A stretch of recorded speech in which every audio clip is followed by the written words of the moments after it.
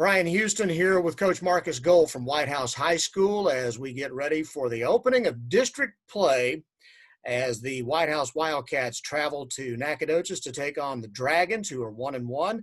Whitehouse 3-0 right now and coming off an open date. So, Coach Gold, first of all, thanks for doing this as always. Talk a little bit about your performance against Corsicana. Did you expect it to be the kind of game that it turned out to be, a very decisive win for your team? Yeah, I think that's the second week of being an unexpected situation. I'm super proud of our kids, and I gotta just constantly remember how much effort they give and how right we are when it comes to lining up to certain formations on the defensive side and not having penalties on the offensive side with everything that we do on that side of the ball. Really dominating the special teams game. I thought we did really well once again on special teams, and that's been a huge factor for us in the last 3 weeks. So it was great to be at home in front of a home crowd and for our senior night. I mean, you always want to win on senior night, so that was great for the seniors that have really led this group throughout the season, for them to get a win at home. But here we are again, trying to be road warriors and going to a good Nacogdoches team. So we're excited to get district play started. We're 3-0, but that means nothing. That doesn't mean anything. Everybody in the districts are telling us that kids the same thing.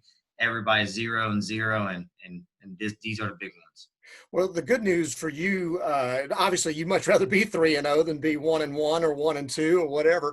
Nacogdoches is coming off of a pretty good thumping they took by Rudder a couple of weeks ago, and they've had disruptions with COVID and kind of having to deal with the chaos that creates, something that really has not affected your football team to this point. So you got to like your position going into this ball game. Yeah, I mean, it was great. The bye week was great to get healthy. To really try to rest up and work out the kinks and have an opportunity to prepare for a Nacogdoches team who hasn't had its opportunity to plan. So it's hard to really evaluate them as a team who won a game the first game. So that's to me, that's impressive. You weren't able to work out for 2 weeks. You show up on a Friday in Fort Worth and you beat a Boswell team. So that's pretty good. And you turn right around. Now you have to prepare for a Rudder team within 2 days, and they did well. I thought against them, and no, not going almost going into the game blind. We know how much preparation we put on a Saturday and a Sunday getting ready for a football team. That's got to be hard for them. But here they are. They've had 2 weeks now to prepare for us. They're going to be ready. We're going to be ready. So it's been good for us to taste some success. But our kids have done a good job of not being overconfident. Now, they confident is really good for a really young team that we are right now. But I don't think our heads are blown up too big by any means. And I think we'll be ready to play. What did you focus on in the open week then, coming off of that big win over Corsicana, and you've got the 3-0 and all of that going your way right now? Well, we wanted to create a bye week to where we were trying to prepare like we were getting ready for a game. You have your Monday, Tuesday, Wednesday hard practices, and last week was more of a Tuesday, Wednesday, Thursday practice. We gave them that Friday off, and we actually did yoga, I believe. So we had an instructor come in and get them nice and stretched out. The kids loved it, and I think you got to focus on the fundamentals. And hey, even in these early district games, let's make sure we're focusing on taking care of the footballs, making them earn everything that they get. And then on the flip side, we haven't had a turnover in 2 weeks. That first game against Forney, we had 5 turnovers. And we haven't had one in 2 weeks, which one is good because we've been able to come out with 2 wins without any turnovers. But 2, hey, let's get the offense more opportunities to go down there and score. That's fantastic that you're in a situation. The thing that continues to impress me, even more so the past game with Corsicana, you're still playing without home run hitters in that ball game for the most part, but you did get Markiewicz in at running back some, and we saw a little bit of what you've been telling us about this kid. He looks like he can take it to the house from anywhere on the field, and so he gives you some speed that you just haven't had on offense since Wilson in the first ball game. Well, and nothing against the kids that we've had in the last 2 years, but we haven't really had home run hitters here. We're kind of a marching down the football field. Let's be consistent. We can't get penalties to where we're in 2nd and 20 situations, 3rd and 15 situations, because we don't really have those run hitter type players. And it's good to see that we do have some in our future with some of our younger kids that have made big plays for 30 and 40-yard gains. And you see that burst that McKeevick has that's you can't coach. You see that same thing with Trevor Theron. He's come away with some big plays for us as well. And then you saw in that first game with the Carlton Wilson and the catches that he was able to make. But again, we've got to focus on being consistent and moving the ball, controlling the clock, whether we're going fast tempo or slow tempo, controlling that situation. And I can't harp on it enough. You control the game by winning up front. And that's with your offensive line blocking well for your quarterback, being able to run the football, and that's with your defensive line playing technique sound and being able to stop the run against, to me, 2 teams that could really run the football well. And I say 2 teams, that's really 3 teams. Forney, Royce City, and Corsicana. But teams are going to continue to challenge us up front and challenge us in the back end and be multiple. So as teams are continuing to get better and prepare, we've got to continue to get better all the way around.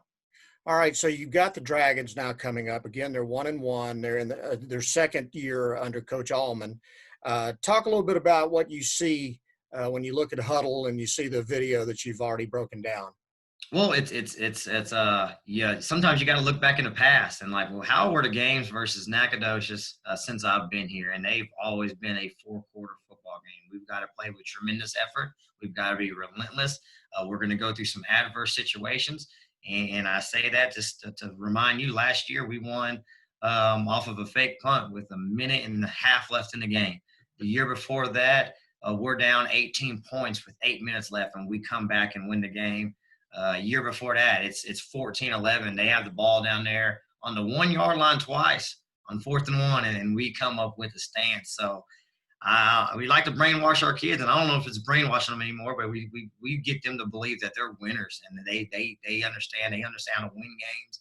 It's going to be a crunch football game when you're playing here at Whitehouse, and you guys are confident enough. You've been in those situations to go out there and finish the game. So it's going to be important for us to start out fast, but know that it's going to be a 4-quarter football game, and we're going to have to finish well.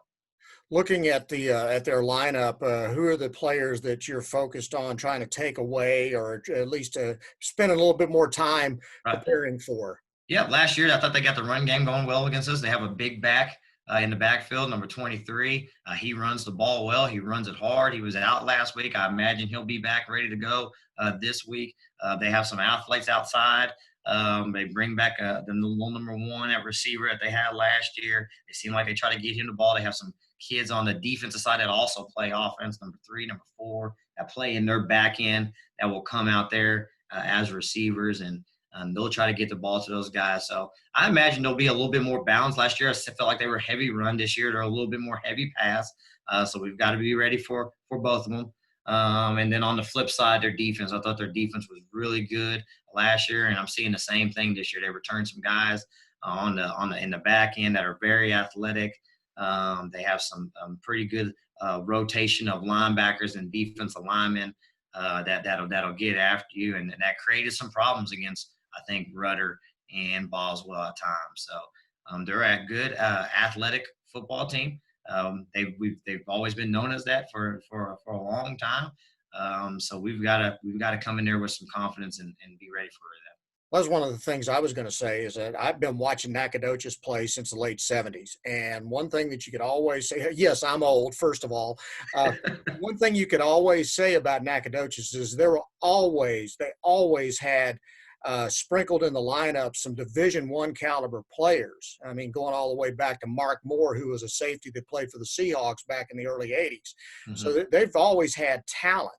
How does their talent stack up? What do you see now? Is it the same thing with Nacogdoches? Still super talented players? Well, I don't know how the recruiting is going. I try to get our scouts to catch up on that and post that in there, and where guys are committed to and where they're going. But you do see some young talent in there, with some of their again, some of their linemen. They're always big, and you don't realize it till after the game when you walk up and start shaking their hand. And it's like, wow, there's some of these guys. There's some big fellas in this group, and you can see the speed on the field. A team throws a bubble against them, and they're able to go from 12 yards to 2 yards in a matter of seconds, and that you can see some of the talent that they have. But on the flip side, I think we match up well. I think we have some talent, more so than we've had in the past. And it's hard to imagine that when you're watching these kids grow up when they're 7th graders and 8th graders, and they still look like babies to you, but out there on the field, they're like, okay, these guys are making some plays. So I think we're going to match up well to them in the athletic part of the game. And Coach, I still marvel at the play of your sophomores and juniors. Conflitti at quarterback has just been so steady. I mean, when you look at him and watch him play, I'm not looking at a sophomore. It's so impressive to watch how scrappy you guys are, but how poised your young kids are. Yeah, and just the chemistry with our guys right now, and how they practice is truly how they play. When they go out there with the mindset and they're focused, and they go so hard, and we have to pull back on them as coaches. Like, I think back to the days when I was in high school, and hopefully my head coach isn't listen to this interview right now. I go through a practice, I'm like, I'm barely even sweating today, and I'm like, these kids, they practice hard, they work hard, and they do it for 18 periods or 24 periods, and I'm like, do we really need to condition after practice? I don't think so. Some days I think they give so much effort, and we got to make sure we pull back from that times, and it carries over to the games, and it's carried over the last 3 weeks, and hopefully we continue it in the district play. Well, Coach, it's like I said, these first 3 ball games have been really impressive. It's a scrappy bunch. They know how to compete, and so it's been a fun team to call for these first 3, and we're looking forward to this game against Nacogdoches on Friday night. Best of luck to you. Thanks very much for doing this. Always good talking to you. Thank you. Good talking to you too.